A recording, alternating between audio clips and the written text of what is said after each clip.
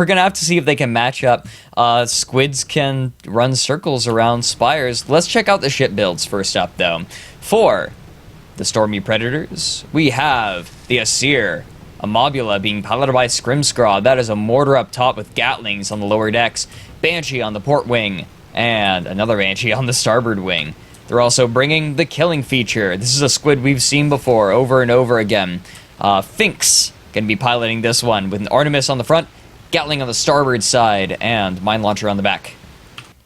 And for the Brother Bards, we have Soul Grinder, piloted by Byron Cavendish. It is a blender fish with flare guns on either side. Their ally, Dostoevsky's beard. Dostoevsky. Dostoevsky's beard. Whatever. Piloted by DJ Logicalia. Don't blame me, I only speak American. We have a Watch Aspire with a front Banshee and 2 Gatling guns. This is a very aggressive team composition from Blue Team. It is. The question is, are they going to be able to fend off the squid? Squid does have that Artemis at the ready, and they are going to aim right for the OP weapon on Dostoevsky's beard. They lose their Artemis, but they take down the Lion Gun, but they're not going to do anything with it. They're not going to go in. I think they're afraid of the Soul Grinder. They know it's right around the corner. Absolutely. Also, those aren't flare guns. Those are flamethrowers on the Blenderfish. Yes, flamers. Yeah, that's one of the issues with the squid, especially maybe that's why Byron decided to bring a blender, is once the squid loses like any element of its maneuverability, if they say their balloon gets damaged or knocked out, like they're sort of just sitting ducks. It's not a very tanky ship, and the only way you stay alive is by being very quick and nimble and staying in the target's blind spots or disabling their guns. So if they lose their balloon, or if the beard manages to land a nice watch and take out the engines, they're sort of dead in the water, so to speak. Well, even against the Soul Grinder, their time's going to be limited because unless they're able to keep the chem spray on those engines, the flamethrower is going to knock them down really fast. Killing feature is going to move in. Aesir a little bit behind, coming over the mountain. Oh, the Artemis is going to make this. Yeah, killing feature's going to have to back off quick. The only thing that's hitting them is the Banshee, so... He's trying to be too tricky. Yeah, Aesir's going to have to back off here. Soul Grinder are going to go right for the killing feature. They're not worried about it at all. No, they're worried about the Aesir. That's a lie. The Aesir is right there. And if the Aesir gets a spot on the starboard side of this Goldie, it's going to die quick. Yeah, it looks like the red team's going to be abandoning their plan for the moment, since Aesir kind of whiffed their ramp over the terrain. So now Killing Feature is going to back off. They're going to regroup, I assume go in together this time, or maybe, hope that they can bait the blue team in a little further into the canyons, although I don't think that's going to happen. I think they just want to move in together this time. Yeah, they're going to go for a more classic engagement. I'm not sure that they can afford to do this, though. The Aesir is going to come around low. Does he have Hydro? He does. He's going to burn Kerosene. I don't think he wants to burn Hydro. All right. Watch out, already got burnt on the squid, so the armor's going to drop. Let's see that mortar in action, baby. It's buffed. Armor does not come up fast enough, and that is a quick kill. Soul Grinder, though, moving in. Who's their target going to be? They're going for the Aesir. They're getting double arcs, flamethrower, and carronade going, but the Aesir has an answer for that, and it's called double gap mortar. Soul Grinder's armor comes back up just in time, but the Gatling from the squid is going to assist. Soul Grinder's whole armor comes up once again. Once it drops, Aesir. though, Aesir bumps. They lose their armor. Soul Grinder losing their armor as well, but the mortar's not in arc. It's all up to the squid to help now, but the Soul Grinder's going to get the crush. No! No! There's that Artemis I was talking about, and they get it. Oh, no. That poor goldfish, poor Byron. So close. I'm sure the adrenaline pumping, like, yeah, I'm gonna kill that freaking Mobula, man, but, the combination of the self-inflicted impact damage and the Artemis,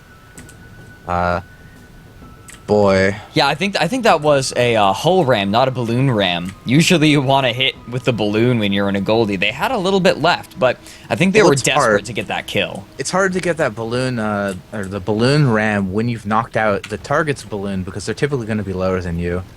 Yeah, usually. They had drogue shoot. I'm not sure if they were using it. If you saw what Scrim did there, actually, in that engagement, he just ran in and he basically climbed. He climbed the tree. He hydra'd up the spire. I think that's a very useful tactic here, especially for that Hwacha, because it's going to be difficult for the Beard's gunner to land a solid Hwacha hit on the Mobula.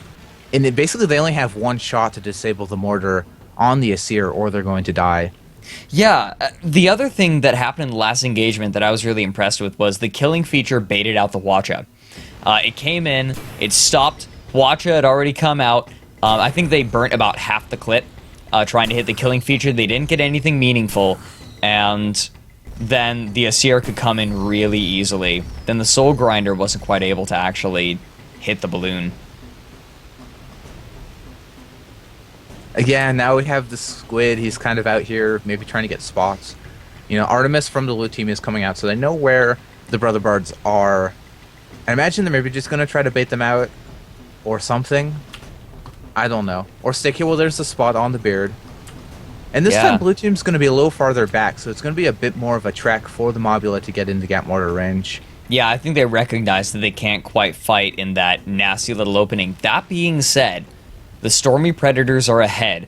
Brother Bards, if they want, they can't just stay back. The Stormy Predators can just stay where they are as long as they like, and they'll win if they just let the last 15 minutes pass.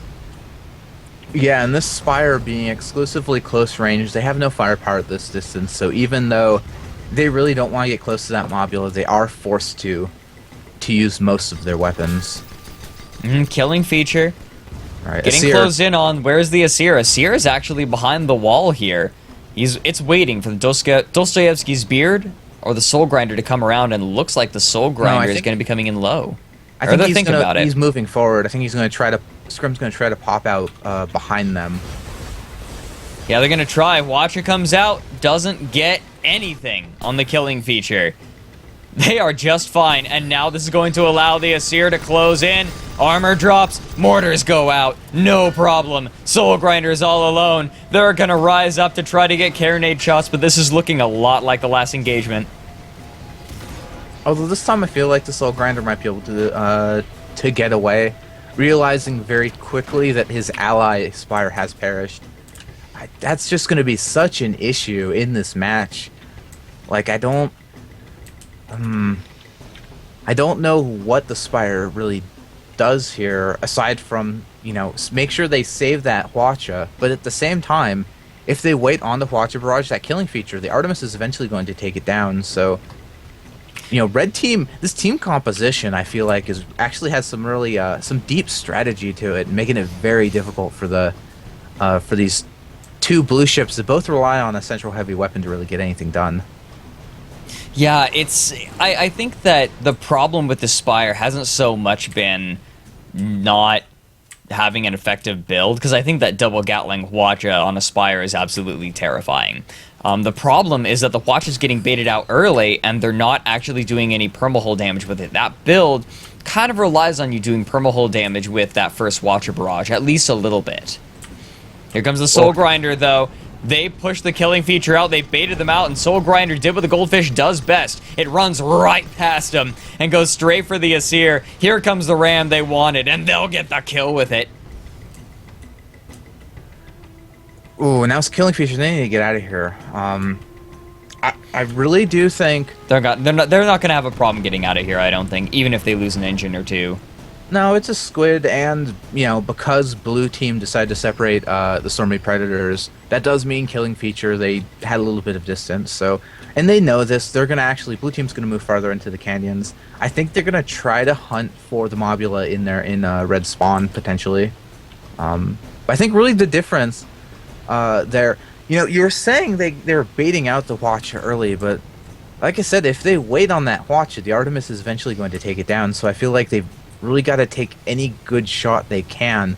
And the real difference in that last fight was that the killing feature was preoccupied with the Soul Grinder, giving the Dostoevsky's Beard the chance to get that solid, undeterred watch a hit onto the Mobula. Here we go. Watch is buffed. Asir backs up, and the killing feature comes in high, but they don't care. They want to hit the Asir, but they're not going to land very much. Here we go. Second barrage goes out.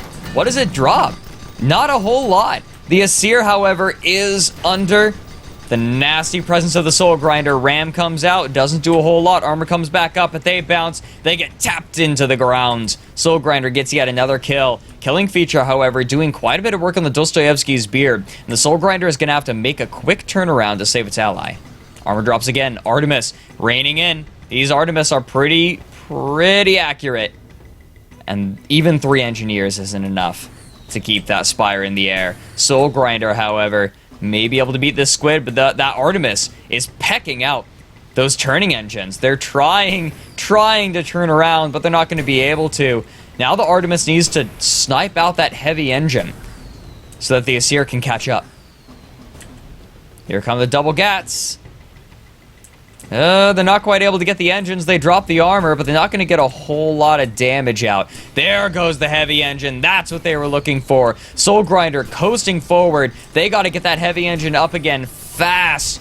But the mortars are raining in. It's a little bit far out. A lot of them go wide. Killing feature staying right on him. Artemis providing pretty consistent chip damage. Armor getting camped. Gatling comes out again. Armor drops, and that's going to be it. Stormy Predators pick up victory, shoving Brother Bards down into the loser's bracket.